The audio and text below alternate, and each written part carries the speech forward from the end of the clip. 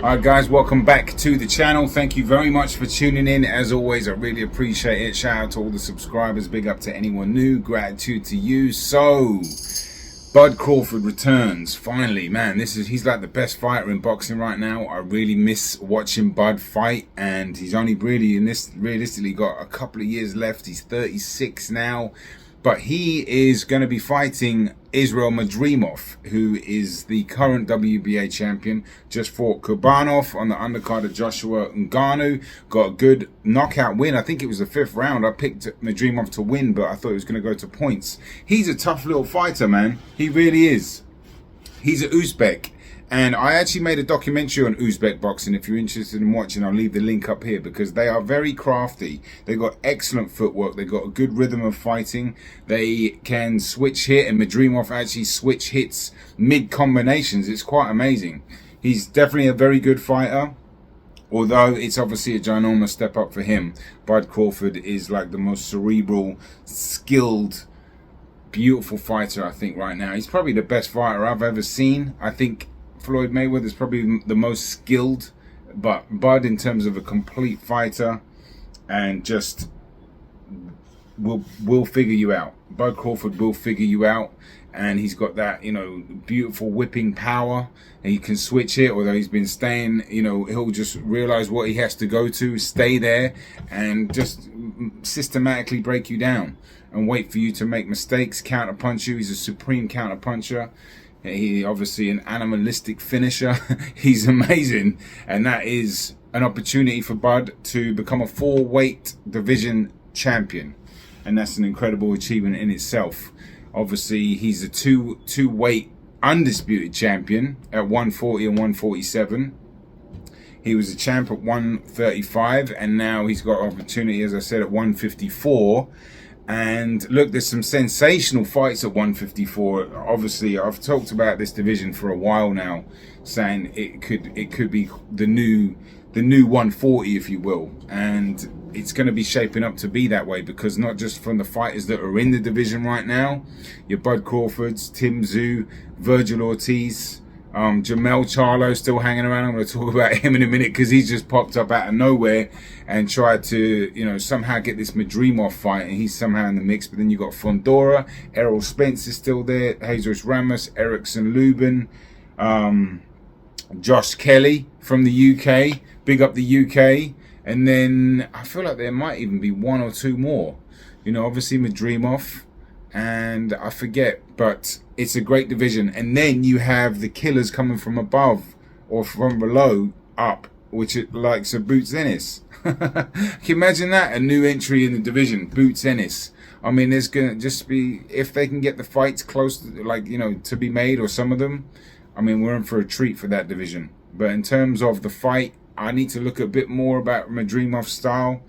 I think the one thing that stands out of all the attributes that I think he does have, I think his hand speed is quite significantly slower.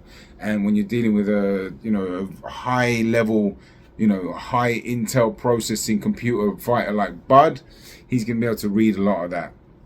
And, you know, the switch hitting could be interesting. It's a rhythmical style that the Uzbeks have. It's a front foot pressure fighting style with a little bit of pendulum stepping, with a bit of switch hitting, and, you know, they're aggressive as well, and they have good defensive responsibility. So they're in and out, and they don't get stuck in the pocket, and they don't get too greedy, and they come in tremendous shape, and they massively believe in themselves. I was going to make a video on Madrimov, I probably still will, about the homecomings that they are, you know, basically offered, gifted, whatever it is, when they go back to their home country after winning a world title.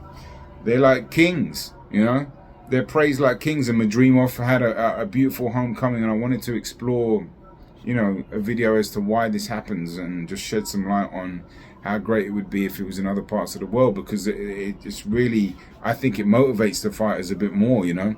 These are really motivated fighters, and, you know, they're absolutely worshipped beyond belief. So look, it's great for Madrimov to get this opportunity to fight in LA. It's not so great because he's fighting Bud Crawford, and he's probably going to lose. You know, I'd strongly favour Bud in that fight, but I'll do a bit more film looking closer to the fight and maybe do a full breakdown week of the fight. That's not till August, so I've got plenty of time for that. But it's a good fight. I think it's a decent fight. And after that, let's talk about Jermell, because he did just pop up. There were some strong rumours saying that, you know, they were trying to blackball, PBC were trying to blackball, but that was just a rumour, so I don't really fully know. But I did find it funny Jermell's just popped up out of nowhere, given the fact that he's avoided Tszyu and he's been very quiet and everything else. And, you know, with all the movement in 154, he hadn't said anything, and then until just recently. I do wonder if someone's made him say that. Or, you know, the opportunity is there to get the weakest link, if you will. I don't really understand the whole belt in recess thing. The belt situation to me is very confusing. But where I'm going with this is he will probably get the winner of Bud Crawford and Madrimov. Okay, so that in itself is actually a damn good fight. Bud Crawford versus Jermell Charlo. There's a little bit of history there, obviously post Spence fight. They were talking trash a little bit. I think it's a really good fight stylistically. I'd love to see it, and likely we will get that because, you know, it makes sense. And I think Bud will beat Madrimov, and then we'll see what happens. But the 154 division is going to be a very interesting division moving forward for all the reasons I said. And when the Fundora, Tszyu settle their differences, and, you know, we'll see what Spence is doing. Bud Crawford and Tszyu, that fight in it, that is probably the best fight at 154. I mean, that is an absolutely amazing fight. I'm very high on both fighters. I love both fighters.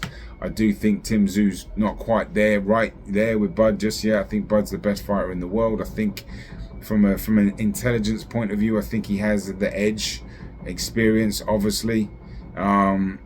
You know, I just think it's a real tall order for Tszyu to get that fight. But I'm making a video right now on Tszyu's offense, and that will be out tomorrow or the day after latest. That's a promise, because I'm going to be shooting that later today and then I'll edit it tomorrow.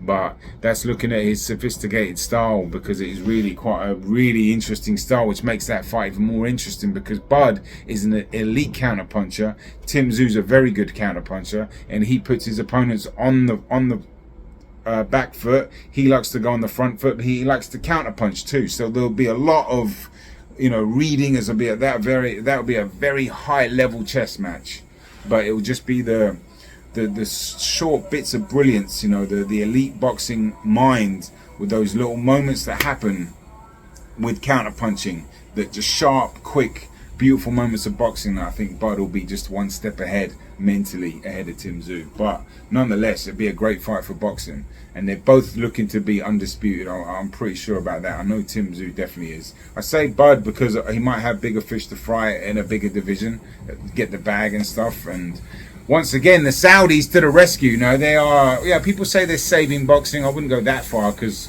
I think boxing takes care of itself no matter what. I'll watch boxing no matter what. But I think it is great when we do have these, you know, Saudis come in and take big, you know, fights or get fights over the line because they got the money. Do you know what I mean? Like, that's the difference. The Bevo card, which I'm doing a video on Tuesday about, I'm doing a live stream for that with my friend Jay Roos from the West Coast. We'll be chopping that up. But look at the card. I know the Matchroom card as well. These fights wouldn't be happening without the Saudi influence, and maybe this Madrimov fight wouldn't happen without the Saudi influence, and maybe more. I know they're trying to work with a bunch of other fighters and promoters.